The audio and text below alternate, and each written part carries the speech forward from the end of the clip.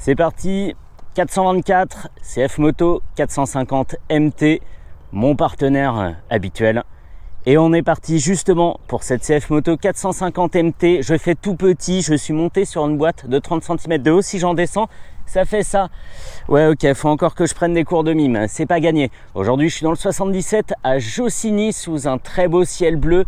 Jossigny, ça veut dire évidemment les vieux boulons. Et merci à Vivien de me prêter cette toute nouvelle 450 MT. Elle est arrivée cette semaine et miracle, je suis déjà dessus, donc c'est parfait. Je remarque ici déjà des petites textures à l'allure camouflage.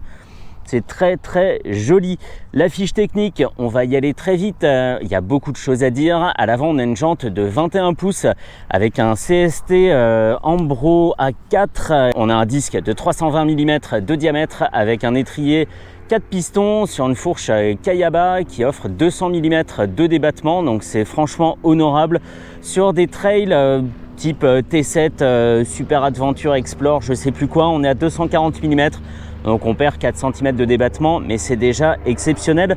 Elle est réglable sur les deux tubes. On a un TFT de 5 pouces très bien intégré, on va en reparler. Une bulle qui est réglable sans outil. Clic, clic, clic, clic, clic, clic. Parfait.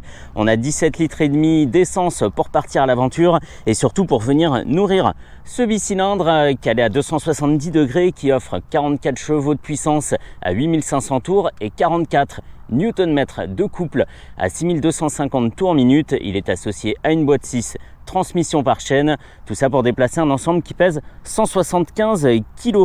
La selle qui paraît haute, on va le voir, c'est pas vraiment le cas, elle est à 820 mm de haut, réglable à 800 mm, donc on peut déjà gagner 2 cm de hauteur. À l'arrière, on a une jante de 18 pouces avec un pneu en 140 de large et un disque de 240 mm de diamètre avec un étrier simple piston. Cette machine, mais elle est fantastique, mais oui, elle est très bien équipée, elle doit coûter très cher, et bah pas du tout. Elle coûte 6500 €, ce qui est tout à fait raisonnable, je trouve. On a en plus, je ne l'ai pas dit, deux prises USB. On a une prise USB A et une prise USB C. Si la fiche disait vrai, elle disait vrai. Elles sont là, à gauche, en dessous de l'écran. Qu'est-ce que j'ai pu oublier comme information? Rien. Si, la couleur, ici elle est en bleu comme moi, elle existe aussi en gris et jaune qui lui va mais vraiment superbement bien. En bleu c'est parfait aussi. Je vais prendre la GoPro pour montrer l'avant un petit peu mieux. Viens avec moi toi. Ah, on dirait Freddie Mercury, son pied de micro, c'est excellent. Et là, full LED partout, paf paf, ici, là, partout où tu regardes, il y en a. Et elle a un look excellent. Excellent avec ce garde-boue enduro qui est tout seul d'ailleurs. Il est en un seul morceau, on le voit bien ici, il fait voûte et on n'a pas les garde-boue comme on voit maintenant où on a une partie haute et une partie basse plus proche de la roue. Ça évite l'engorgement de boue. Pas debout quand tu te tiens debout comme moi, mais la boue quoi, la bouillasse. Bref, on est parti et c'est pas parce que j'ai un jersey de motocross que je vais aller faire le fou dans les chemins. Je peux pas me le permettre de toute façon. Et il a pas mal plu les jours passés. Ça doit être assez gras sous l'herbe, je pense. Donc, on va pas s'y aventurer. C'est parti. Oui, mais non. C'est ça que je voulais montrer. Mon 1m73, comment il est? Il est bien par terre, les deux pieds à plat, c'est parfait parce que la selle est assez échancrée. Elle fait quoi? Elle fait moins de 20 cm de large. Je surplombe la bulle et je vois loin devant. On va le voir tout de suite avec le point de vue habituel sur le côté de mon casque. Et c'est parti.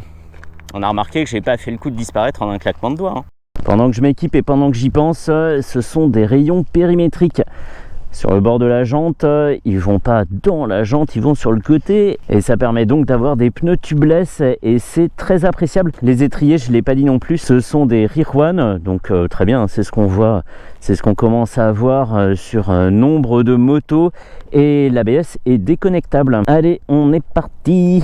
Avec un bouton en plus qui est dédié à ça pour la déconnexion de l'ABS, c'est écrit dessus ABS on-off, c'est quasiment une invitation, mais moi je vais pas y céder.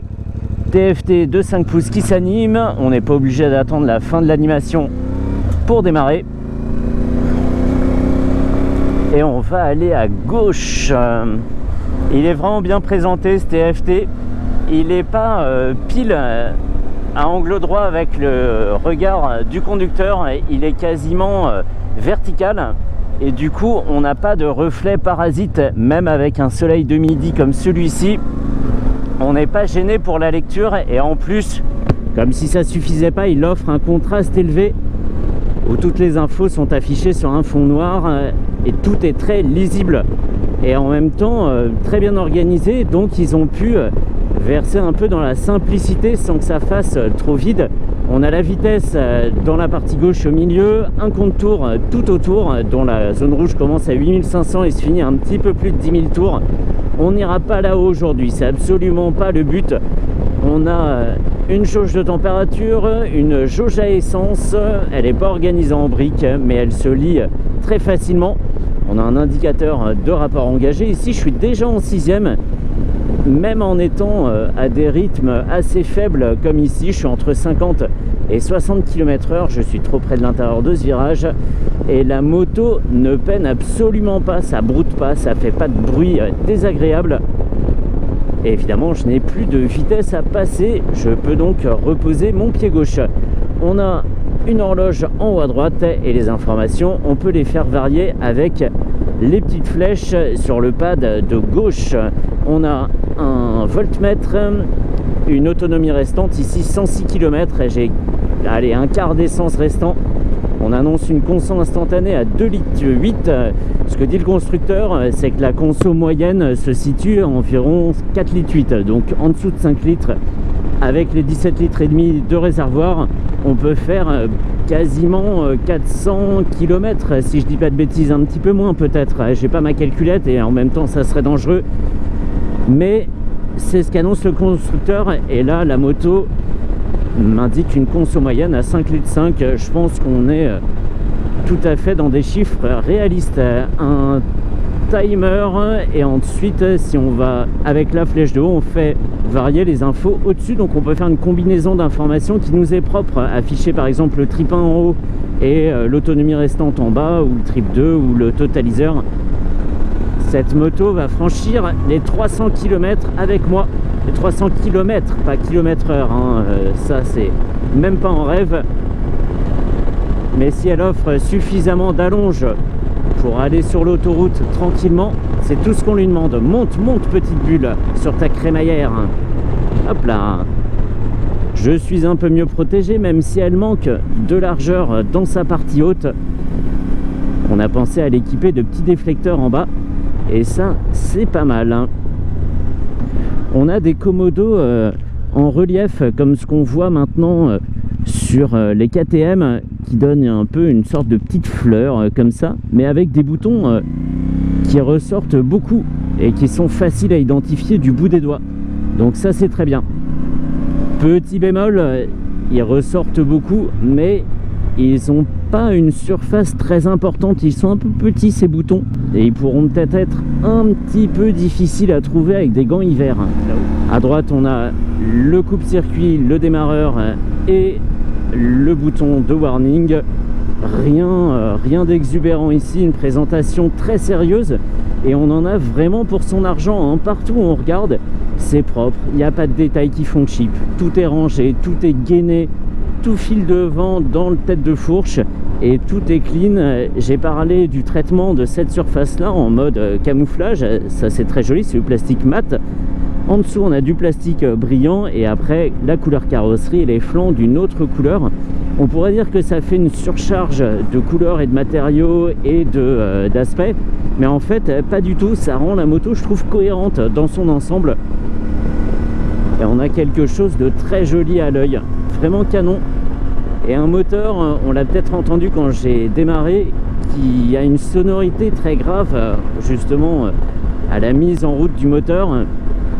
Et ensuite, on devine qu'on a une cylindrée pas très importante entre les jambes, mais sans que ça soit désagréable, sans que ça soit un bruit sec qui nous casse les oreilles après quelques kilomètres seulement. Pas du tout.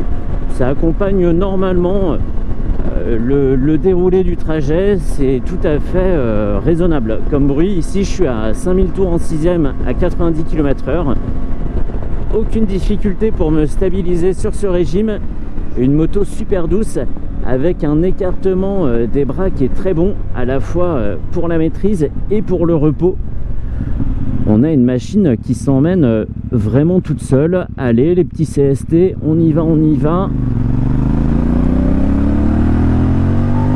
Des pneus justement qui se font pas remarquer, hein, malgré la taille des crampons à l'arrière. On n'a pas de résonance du pneu, peu importe la vitesse à laquelle on se trouve. Et donc des pneus qui tiennent bien le pavé, avec une mise sur l'angle qui est pas violente quand la densité de crampons se fait moindre. Et une moto qui s'emmène très naturellement avec, je viens de le remarquer dans cette courbe, une largeur des genoux tout à fait naturelle. On a une bonne préhension du réservoir avec les jambes et ça aide aussi à se sentir plus à l'aise et plus en sécurité.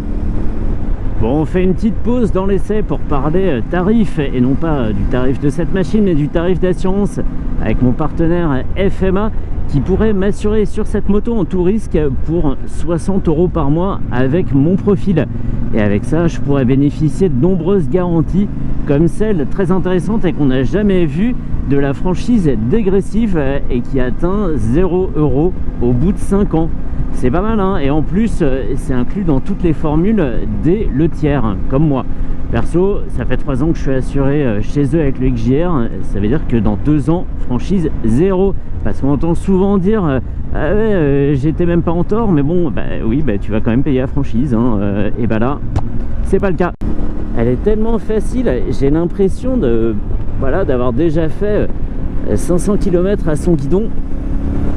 Elle s'emmène tout à fait naturellement. Alors là, le seul petit paramètre qui manque, c'est d'avoir le plein d'essence. Je le disais, il me reste un quart de réservoir, donc environ allez, 4 litres à peu près d'essence.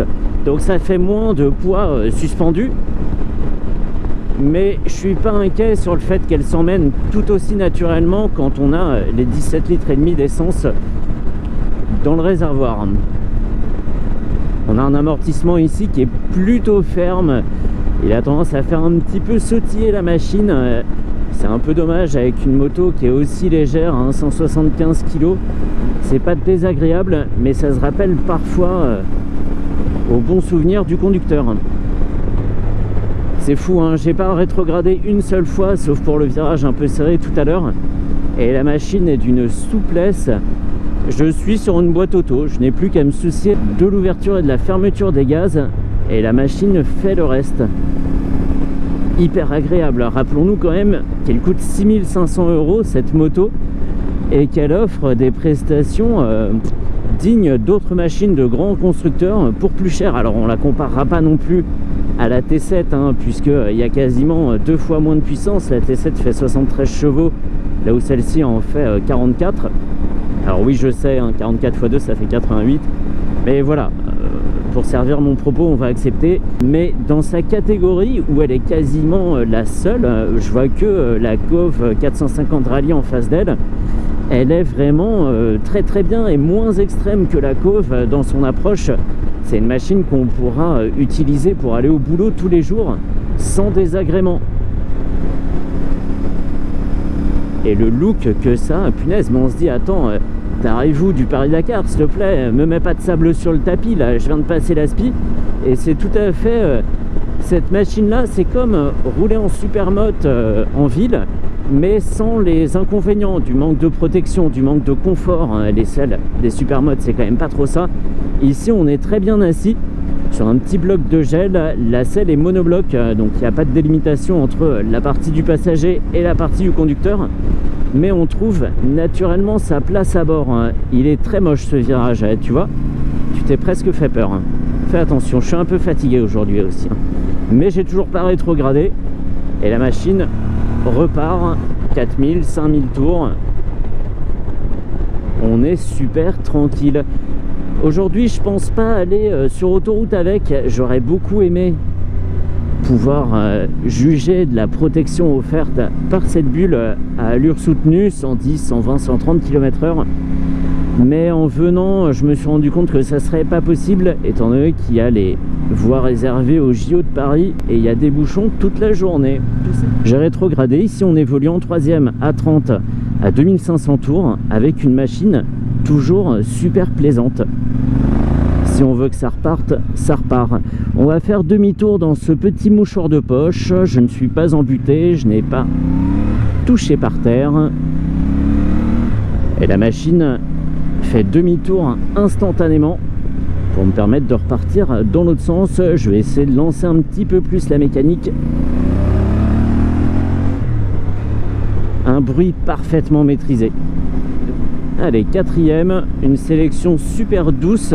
Et j'ai pas parlé des repose-pieds, ils sont assez larges. Ici, Vivien a retiré la partie en caoutchouc au centre et du coup, on a un très bon grip sur les petits picots en métal. Est-ce que je dépasse ou pas? Je ne dépasse pas.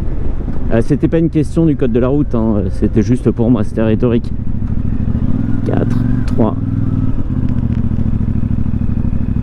Alors, on peut rentrer dans les menus du véhicule, de la synchronisation avec le téléphone, la musique, les réglages. On peut régler beaucoup de choses. Et même le thème, est-ce qu'on peut aller dedans? Oh, on peut aller dedans en roulant. Ah bah ça, c'est pas commun ça. Ok, on a deux thèmes. Et on va mettre celui-ci, bah, c'est plus facile à régler que sur le Tracer 7. Voilà ce petit thème avec un contour en quasi cercle complet. 0 à gauche, 5000 au milieu, 10 000 tout à droite. Et un affichage toujours très clair avec ici une température d'eau à droite qui est un petit peu seule. Et si on fait varier les infos avec les flèches, ça changera en bas à droite. Hop, il est bien aussi cet affichage. Allez, bah, je suis reparti en 6, j'ai même pas rétrogradé.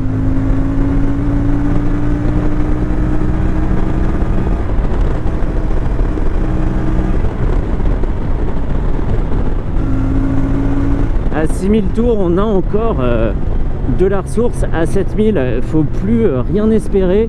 La moto se déplace, hein, sans peine, on fait pas mal à la mécanique. Mais par contre, ça sera terminé. Et en même temps, comme on sera déjà à un très bon rythme, c'est pas forcément la peine. Ça freine fort, ça attaque bien sur le levier avec un feeling assez doux. Ok, avec une fourche à l'avant qui ne pompe pas du tout. On n'a pas une moto qui plonge, on paye un peu le manque de confort de tout à l'heure, mais on a une machine qui ne se laisse pas dépasser sur route, avec une conduite légèrement sportive comme la mienne ici. Allez, on n'hésite pas à faire appel aux freins puisqu'ils répondent bien, ça serait dommage de s'en priver.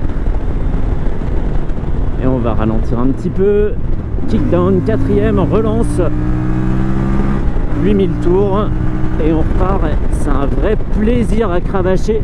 C'est encore la démonstration qu'une fiche technique, ce ne sont que des chiffres et qu'après le feeling, les sensations, les émotions qu'on éprouve au guidon d'une moto, c'est tout autre chose. Allez, on va se méfier bien. La trajectoire de sécurité, c'est toujours pas ça, hein. En même temps, j'ai beaucoup de choses à apprendre. C'est pas une moto que je connais, donc c'est pas le moment de me faire un nœud au cerveau. C'est pas encore naturel chez moi. Ok, petit indicateur pour nous dire de monter un rapport, c'est chose faite. Et ça relance, on sort des virages de façon dynamique et une conduite qui devient physique, mine de rien. Cette moto, elle pourrait tout à fait, dans les sensations, avoir 70-75 chevaux. Ça pourrait être l'équivalent de ce qu'on voit sur certaines KTM de plus grosses cylindrées. Ça donne un peu ces sensations-là de moto vive. On entend là l'échappement. On va l'entendre un petit peu. Allez, on est parti.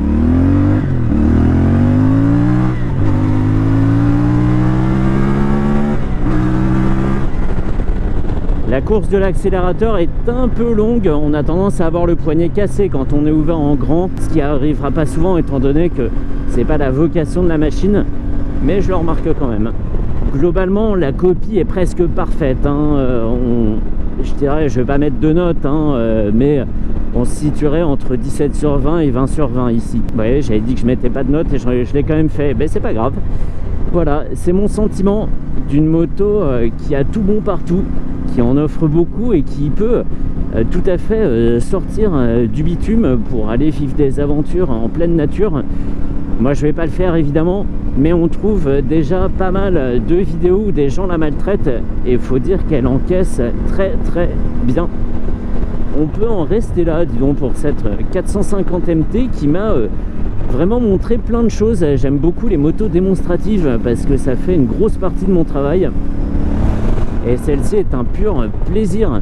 Je remercie chaleureusement Vivien des Vieux Boulons à Jossigny dans le 77 pour m'avoir laissé cette machine un petit peu plus longtemps. Je l'ai le temps de la pause déjeuner et c'est pour ça que j'ai pu faire une présentation extérieure. Quand j'ai le temps, je le fais. Voilà, si je suis d'humeur, je le fais. Et vraiment, cette machine, un plaisir. L'attente en valait la peine. On se retrouve jeudi prochain pour une autre vidéo. Ça sera pas la 450 MT, même si je pourrais tout à fait l'essayer toutes les semaines et ça serait pas une corvée, mais je pense que ça finirait par lasser. Allez, finito la CF Moto.